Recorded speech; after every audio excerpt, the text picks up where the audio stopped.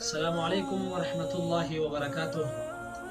حاضرینو، محرم الحرام دغه میاشت کې خصوصي طور باندې یوم عاشورا 10 محرم د تاریخ په لحاظ سره په دغه ورځ کې حقیقت دا دی چې ډېر ناشنا واقعات مخې له راغلي دي.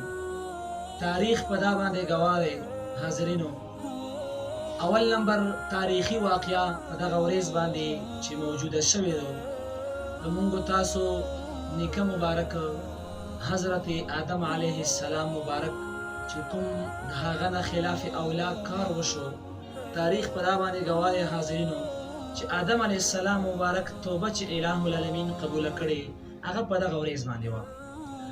بله تاریخي خبره د حضرت نوح علیه السلام مبارک چې کومه کشته وه او هغه په جودي غره باندې کوم قراری نیولی و او کومه برقرار ساتلی شوې وه.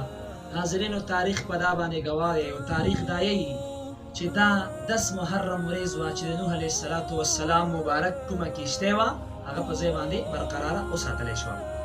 د دې نه علاوه ابراهیم علیه السلام مبارک چې پیدا شوی دی دا په دا ورځ باندې پیدا شوی. الٰه العالمین چې خلیل ځان دپاره ګرځالی. حاضرینو، دا همدغه 10 محرم ورځ وه.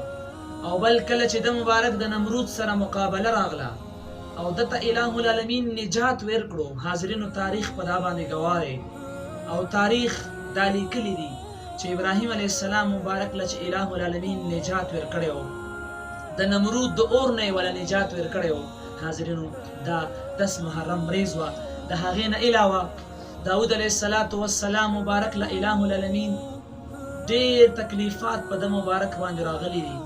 د مبارک ته چې نجات میلاو شوی دغه ورځ وه. سلیمان علیه السلام مبارک له الٰه العالمین په دغه ورځ باندې حکومت ورکړی دی.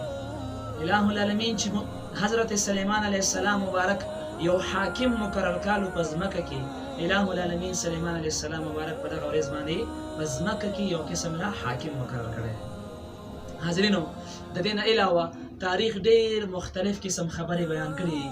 په هغو کې یو قسم خبره موسی علیه السلام مبارک چې کله د فرعون سره مقابله راغله، فرعون الٰه العالمین په دغه ورځ باندې غرق کړی دی او موسی علیه السلام مبارک له یې نجات ورکړی دی او هغه یې ورته عطا کړی دی. دا هم د تاریخ یو ښکلې واقعه چې ډېره اوږده واقعه و، خو مقصد صرف دومره بیانوم چې ډېر تاریخي خبرې په دغه ورځ باندې حاضرینو راغلي دي.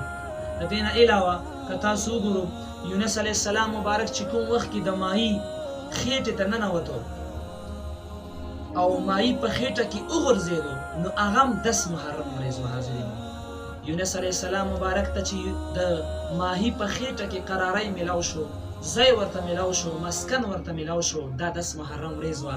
د دې نه علاوه عیسی علیه السلام مبارک چې کوم وخت کې الٰه العالمین اسمان ته پورته کړی دی او اسمان ته یې خیژولی دی او د مبارک ته د کمرې هغه چت الٰه العالمین شلولی دی، هغه هم 10 محرم ورځ وه. حاضرینو، او بل خبره ده یونس علیه السلام مبارک توبه الٰه العالمین په دغه ورځ باندې قبوله کړې ده.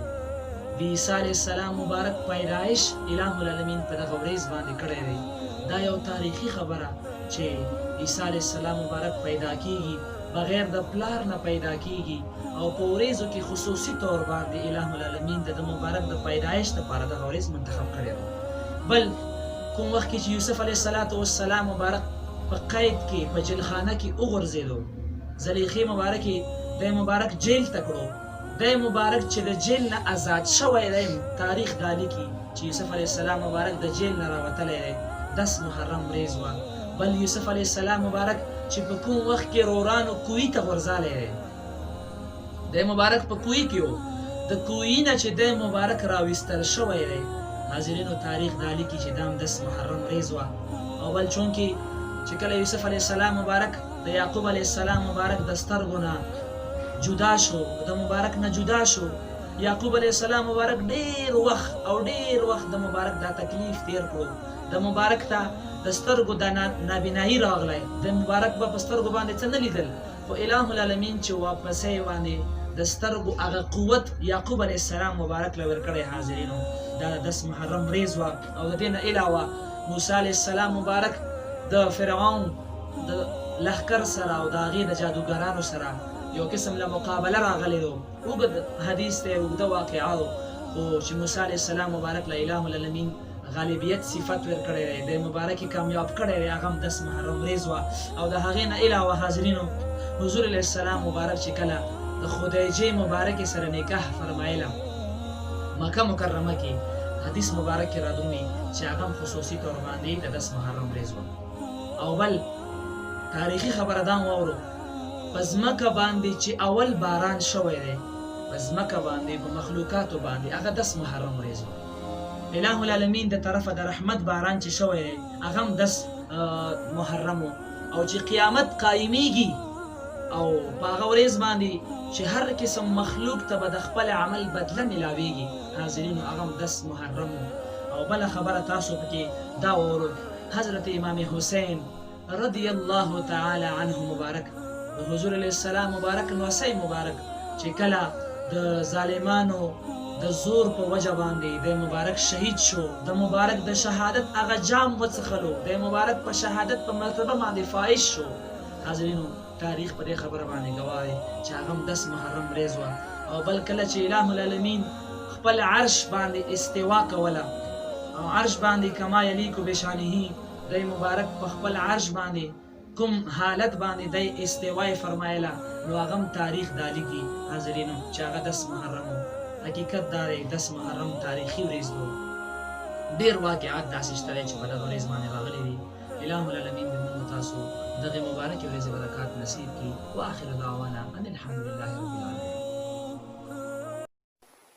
गाइस अगर वीडियो पसंद आई हो तो प्लीज़ वीडियो को लाइक कीजिए और साथ ही हमारे चैनल को सब्सक्राइब कीजिए और बेल का आइकन भी दबा दीजिए ताकि जब भी हम कोई वीडियो अपलोड करें तो इसकी नोटिफिकेशन आप तक पहुंच जाए। Thank you.